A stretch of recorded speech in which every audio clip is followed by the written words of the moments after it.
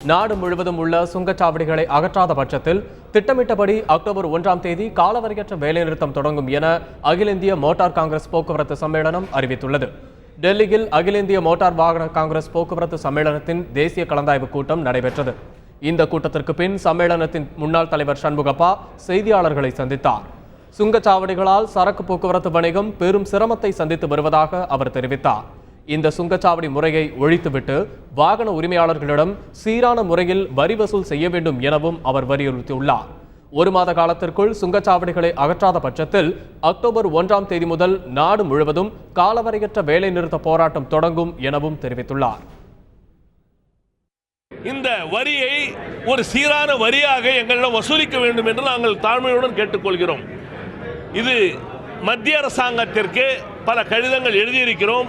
ஆனால் இப்போது இருக்கின்ற நிதின் கட்கரி அவர்கள் அதை ஏற்றுக்கொள்ளவில்லை. அதனால் பிரதம மந்திரி அலுவலகத்தை அணுகியிருக்கிறோம்.